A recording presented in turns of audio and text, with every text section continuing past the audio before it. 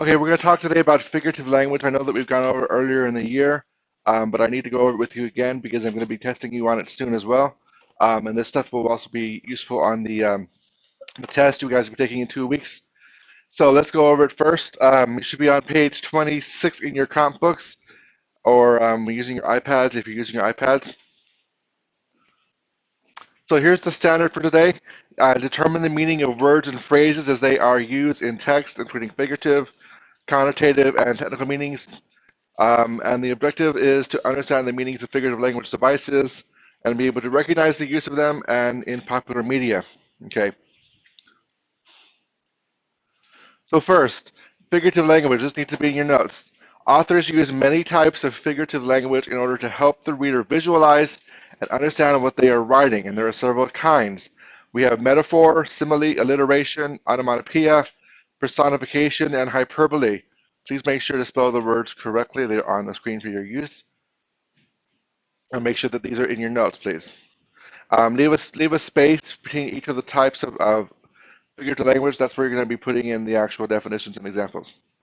Okay. Okay, so let's go talk first about metaphors. Metaphors, and this needs to be in your notes, metaphors are something that compare two nouns that are not alike. Earlier, one of you came in and saw the picture on the first screen and said that that was a metaphor. And you are right, and you're also not quite right. While it is a metaphor, raining cats and dogs is a metaphor because we're comparing rain with cats and dogs. So that would qualify as a metaphor. It's also considered an idiom, which we're going to go over soon too. But metaphors, here's the definition comparing two nouns that are not alike. And here is a metaphor. So you were part right, but it's also considered to be an idiom. So make sure you have the definition of metaphor down, and please also write down the example. It's raining cats and dogs. Other examples of metaphors, we use them all the time. I'm trying to think of one here. The sun was a blazing furnace would be a metaphor. The sun was a blazing furnace because the sun is being compared, the noun sun is being compared to the noun furnace. And we're adding on that little extra adjective blazing to make it even more important. The sun was a blazing furnace, or we could say the house was um, a spooky nightmare. That would be also a metaphor because we're comparing the noun house with the word nightmare, the noun nightmare. So that's metaphor, comparing two nouns that are not alike. And example, it's raining cats and dogs. And then we have simile, which is very similar to metaphors, but not exactly the same. Similes are words that use the words like or as to compare two nouns that are not alike. So when I say as sick as a dog, I'm using a simile because I'm using the words like or as. That's the difference mainly between metaphors and similes, is that metaphors do not use the words like or as, and similes do use the words like or as. As sick as a dog, as big as a house, as small as an ant. Those are all similes because they all use the word as or like. Okay, make sure you know what the definition of a simile is. This should be reviewed for all of you because we have talked about it before, and it's something you should have learned in previous grades as well as something that was reviewed in the Jeopardy review that we did last Friday. Okay, make sure you have this in your notes.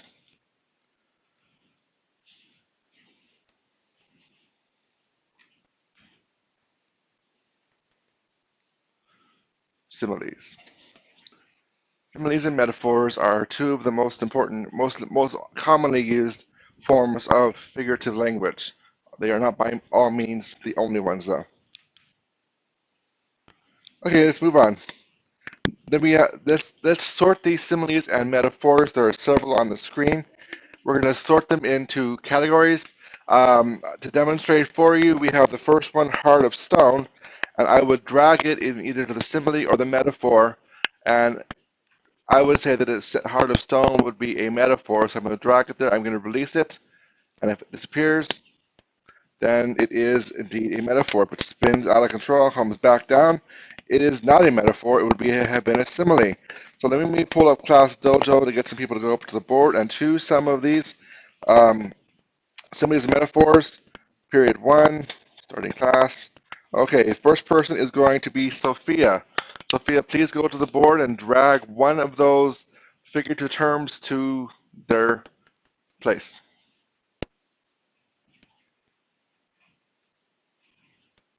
Okay, she's choosing blown away, and she says that blown away is a metaphor, and she is correct. Good job. Okay, next person is going to be Valerie.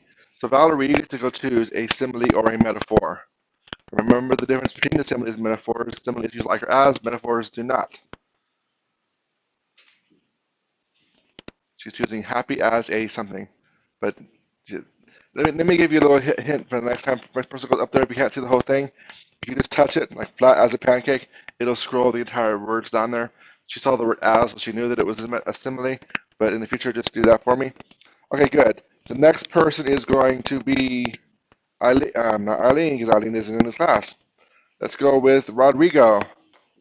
Rodrigo, go up to the board, please, and choose a simile or a metaphor.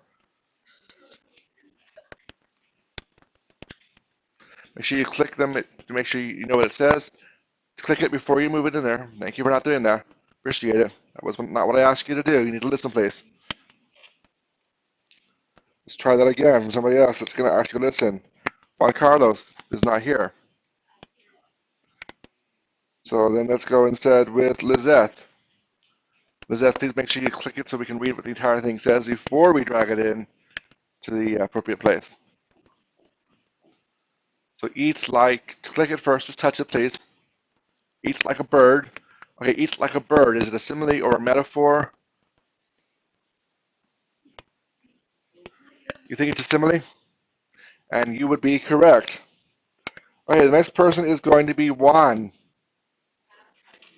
He's sitting right there. So Juan, similes or metaphors, and make sure you click them with those three little dots.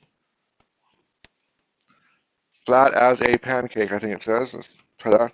Flat as a pancake. Okay, go ahead and drag it up, please. And you're saying it's a simile because it has the word like or as. You are correct. Oh, I don't know why I did that for. I am so sorry. Next person is going to be Tony. Tony, go choose one, please. Make sure you click them if there's the three little dots so we can read the entire phrase before we drag it around.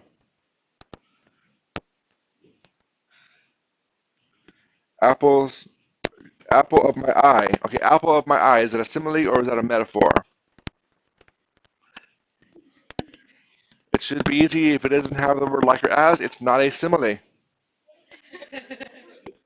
Apple of my eye does not have like or as in it. If you were listening, I was telling you the answer, silly.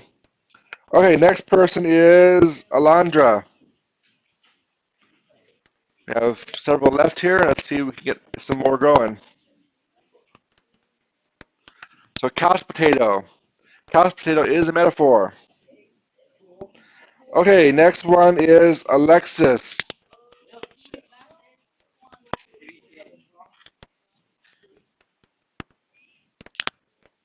Tough as nails. That is a simile.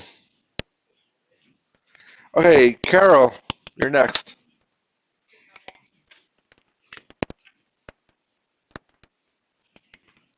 Road hog. Metaphor. Okay, Humberto.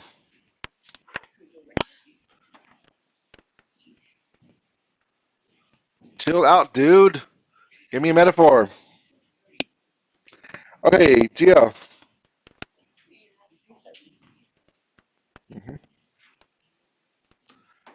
Oh, cool. This is cool. Okay, Roger or Roger, whichever we prefer. I like Roger better. Blind as a bat. That's a is a simile, yes. Okay, and Nayeli. Dead as a doornail. Some trivia you probably don't care about, but the phrase "dead as a doornail," excuse me, guys, Some trivia you probably don't care about, but the phrase dead as a doornail was originally written by one person named Charles Dickens. You may have heard of Charles Dickens. You may have heard of or read his story, A Christmas Carol. And in the story, A Christmas Carol, Ebenezer Scrooge, when he was looking at his dead partner, Marley, referred to him as being dead as a doornail. That was the first time the phrase was ever used, at least in print, so that was kind of useless trivia that no one cares about other than me. The next person is going to be Alvaro. Alvaro, you are next. Make sure you click it before you move it. Eat like a pig. Hopefully Alvaro does eat like a pig. And it is a simile. It has the word like in it. Good. And the next one is going to go to Sebastian. It was, and I'm going to click it for you. It was a breeze.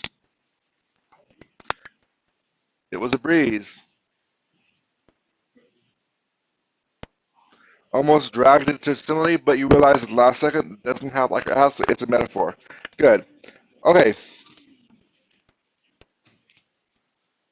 let's move on. If I can get my screen to respond, that is. Okay. Alliteration is the next thing that needs to be in your notes. Alliteration. The alliteration is the repetition of the same sound at the beginning of words in a line of poetry or in a sentence. And one of the most famous alliterative lines in English is Peter Piper picked a peck of pickled peppers. That P sound repeats over and over. That's called alliteration. And it's one of the hardest phrases to say quickly and with accuracy every single time. Peter Piper picked a peck of pickled peppers. How many pickled peppers did Peter Piper pick? A peck of pickled peppers. It's pretty hard to do. So make sure you have alliteration in your notes, please. There are lots of examples, especially in poetry, which is the next thing we're going to talk about. There's lots of examples of alliteration in poetry. Okay, the next term you need to have in your notes and be aware of is the term onomatopoeia. By the way, this is my favorite word in English because it's the most weird spelling, weird sounding word you could ever imagine. Onomatopoeia, but it's one of the most fun things about figurative language. Onomatopoeia is when a word sounds like the sound it is describing. For example, bang. That is onomatopoeia because the sound of the word, gentlemen, the sound of the word is also its definition. And it's also the way it sounds, bang, or snap, crackle, pop, as in the Rice Krispies that you may have eaten as a child, although you're all children still. Anyone under the age of 30 for me is a child anymore. Snap, crackle, pop, pow, zoom, shh. All of those kind of words are onomatopoeia. Oh, sorry, scroll down. They're all onomatopoeia.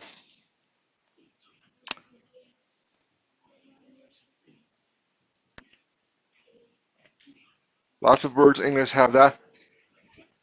If you ever read cartoons or graphic novels, they're full of onomatopoeia.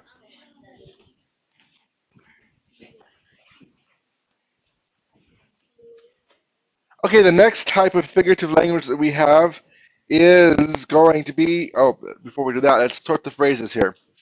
Um, okay, maybe we will not be sorted in the phrases because I don't see any phrases. Let me try resetting it. I don't believe we are. There's nothing there, so we'll keep going. Okay, so the next term is hyperbole. Hyperbole. Hyperbole is an exaggeration that is not meant to be taken seriously. Hyperbole is an exaggeration that is not meant to be taken seriously. An example of hyperbole is, we had to wait forever. Obviously, the person that says that doesn't literally mean forever, because if they did, they'd still be waiting, and they'd be waiting long past their own deaths. Because forever's a very, very long time. So hyperbole, an exaggeration. That meal cost a ton. I don't believe that anything costs a ton. That's an exaggeration or a hyperbole. That dog was big as a house. Probably not. If you saw a dog big as a house, I'm sure any one of us would be running in terror. Break a leg is not hyperbole. It is actually considered an idiom. I have never heard anybody use the term break a neck. By the way, break a leg is a dramatic term that they use in theater, and what they use it for, what they use it for is it's the opposite of have a good time or do a good job, because there was this old legend that if you said something to someone who's going on stage to act, tell them to do well, they would do badly.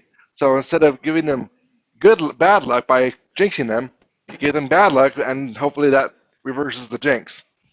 So I have no idea. I don't believe in luck. Why not?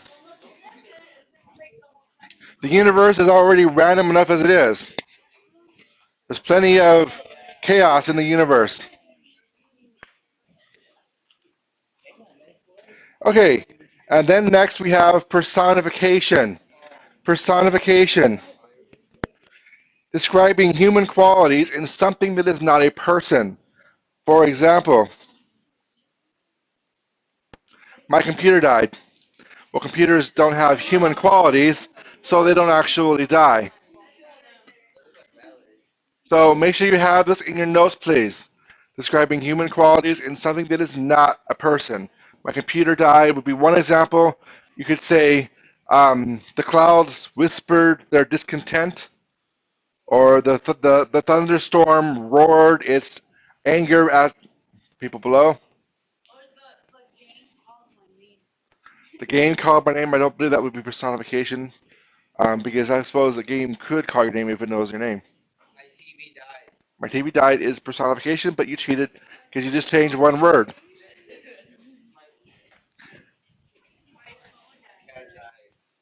My cat died. Well, cats do